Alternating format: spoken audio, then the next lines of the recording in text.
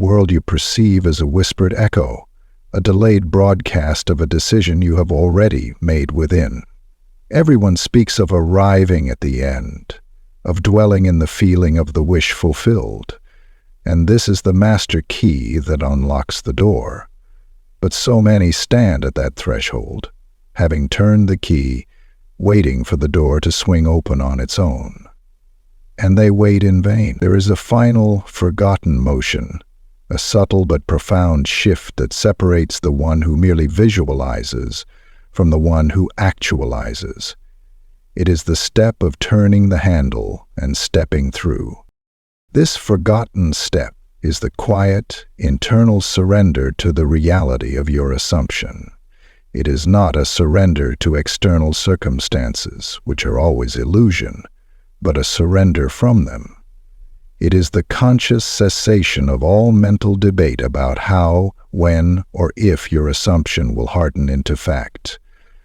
The moment you truly occupy a state, it begins to project itself onto the screen of space and time, but you must stop looking back at the projector to see if the film is still rolling.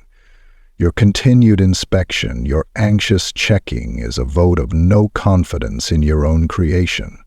It is the very thing that introduces delay and frays the fabric of your certainty.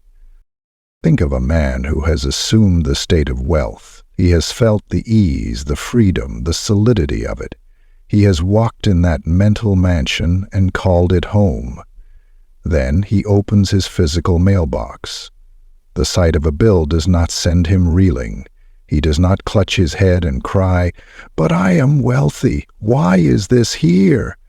He pays it with a detached amusement, not because he has the money in his bank account at that very second, but because he knows the resources of his state are inevitable. He does not begrudge the appearance. He understands it is the world catching up. He does not re-engage with the story of lack. His inner world is so solid, so real to him, that the outer evidence is treated as a temporary, fleeting shadow, insignificant against the substance of his assumption. This is not denial. It is a profound focus on what is truly real. This is where the great separation occurs. Many can conjure a wonderful feeling for a few minutes, a few hours. They feel the thrill of the promotion, the warmth of the loving relationship, the vitality of perfect health. But then the phone rings, or a pain flickers, or a critical comment is made, and they immediately abandon their inner home to go out and fight with the shadows. They try to rearrange the shadows, argue with them, plead with them. All this does is confirm the shadow's reality and, more critically, confirms their own residence in a state that gives those shadows power. You cannot fight an echo. You can only stop shouting the words that create it. The forgotten step is the art of living from the end, not just in it for a moment. Living in the end can be a temporary retreat, a beautiful holiday from your problems. Living from the end means you have packed your bags, sold your old house, and relocated your entire being to that new country. You no longer take day trips back to the land of worry. Your address has changed. When you live from a state, your reactions, your default thoughts, your inner conversations all stem from that new point of origin. A person living from health does not monitor every slight sensation with fear. A person living from love does not interpret a moment of silence as rejection. They are grounded in a different truth, and their inner narrative consistently reflects it. This requires a gentle, persistent vigilance over the inner dialogue. The world will test your assumption. It must, for its very structure is built on the persistence of the outpictured past. Your senses will report the old news. The forgotten step is to refuse to editorialize that old news with the voice of the old man. See the empty bank balance, but do not let your inner voice scream the story of poverty.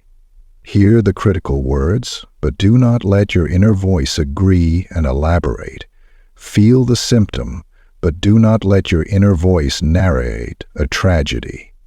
You simply note the sensory data and without force or struggle, return your mental focus to the reality of your assumption. This is what is, but I know what is real. I am abiding in a higher truth. This is not affirming against evidence, it is favoring a deeper evidence. And there is a profound stillness at the center of this step. It is the stillness of a decision that has been finally and irrevocably made. All the mental energy that was once spent on longing, on strategizing, on worrying, on comparing is now freed. That energy coalesces around your assumption and accelerates its manifestation. It is like the moment after a seed is planted. The gardener does not dig it up each day to see if it is grown. He does not shout at the soil, he waters it, he ensures it has sun, and he goes about his business in the quiet confidence that the laws of nature are doing their work. His job is to protect the seed and maintain the conducive environment. Your assumption is the seed. Your sustained focus and unwavering mental residence in the state is the sun and the water. The digging up, the frantic checking, is the action of a mind that has not yet taken the forgotten step. This is why patience is not a passive waiting but an active power. It is the power to remain under the spell of your own fulfillment. Impatience is a subtle form of resistance. It is a rejection of the present moment in favor of a future you do not yet see. It is a confession that you do not truly believe your world is shaped from within. The one who has taken the forgotten step understands divine timing. They know that the bridge of incidents is unfolding, that events are rearranging themselves in the unseen to accommodate their assumption. They do not try to micromanage the steps of the bridge.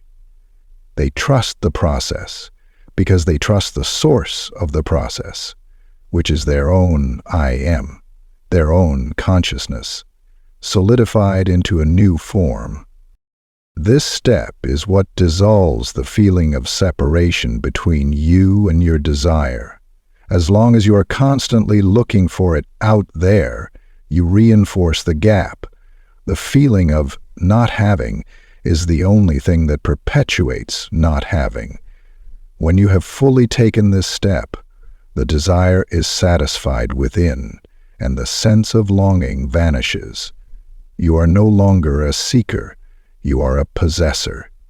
The outer world has no choice but to conform to this internal fact as is law.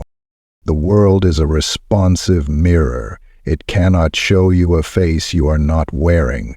When you truly occupy a state, the mirror must in time reflect it. The delay is not in the mirror, but in the constancy of your expression. The forgotten step is the final adjustment of your own features, the settling into the expression of your wish fulfilled, and then holding it with such naturalness that the mirror has no other option but to show you what you have become. You are not waiting for the reflection to change so you can feel happy. You are feeling happy from the depth of your being, and the reflection is compelled to change. This is the secret of the Sabbath, a day of rest. It is the mental Sabbath where you cease all your labors, all your striving to make it so. You rest in the knowledge that it is done. You allow the creative power within you to do its perfect work without your interference, without your anxious prodding. You go about your daily life physically, but mentally you are at rest, abiding in the finished work. This mental rest is the most potent creative activity. It is the soil in which miracles grow. Do not mistake this for inaction in the outer world. Inspired action will come, but it will feel entirely different. It will not feel like the frantic struggle of trying to make something happen. It will feel like a natural, almost inevitable movement. It will be a joy, not a burden. You will be moving from your fulfillment, not toward it. You will answer the phone call that seems to come from nowhere. You will turn down the street you usually pass. You will speak the word that suddenly occurs to you, and you will find these actions are part of the bridge of incidents carrying you effortlessly to the physical realization of your state. But you must let the impulse come to you. You do not go searching for it with the energy of lack and desperation. The power to create your reality is the greatest gift, and it carries with it the greatest responsibility. The responsibility is to discipline your own imagination, to choose your state, and then to commit to it so fully that the world of shadows loses all power to sway you. This is the ultimate freedom. It is freedom from the tyranny of external events. It is the realization that nothing outside of you can ever define you, unless you consent to it through your own thoughts and feelings. So you have felt the joy of the wish fulfilled. You have climbed the mountain and seen the promised land. That was the first part. The forgotten step is now to walk down the other side of the mountain and begin to build your home in that new land. Stop looking back at the barren desert from whence you came. Stop telling stories about the difficulties of the journey. Do not camp on the slope, forever gazing at the land but never tilling its soil. Walk all the way down. Build your house. Plant your garden. Live there.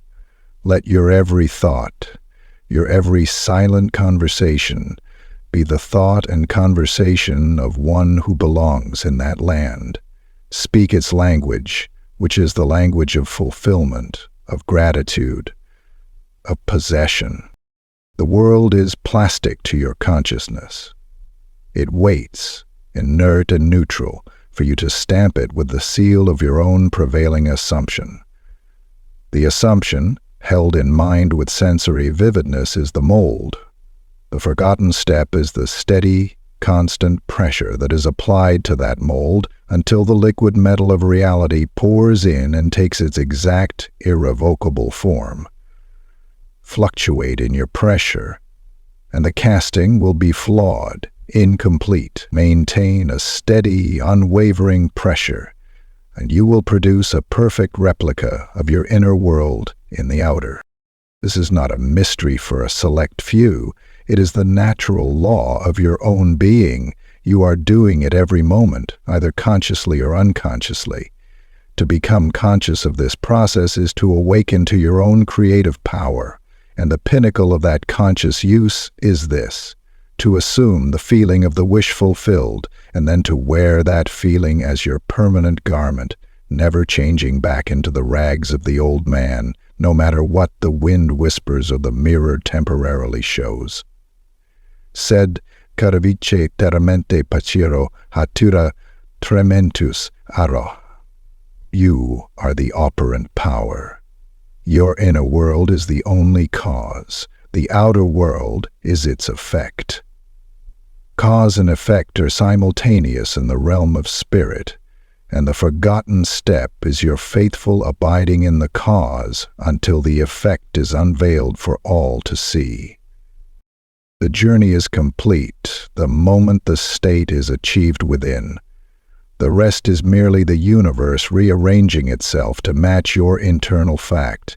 Your only work is to persist in that fact. Do not ask for signs. Do not look for validation. You are the sign. You are the validation.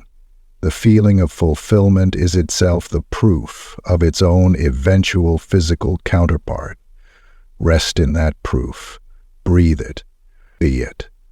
And watch as the forgotten step becomes the only step that ever truly mattered, and your world effortlessly transforms to greet the person you have decided to be.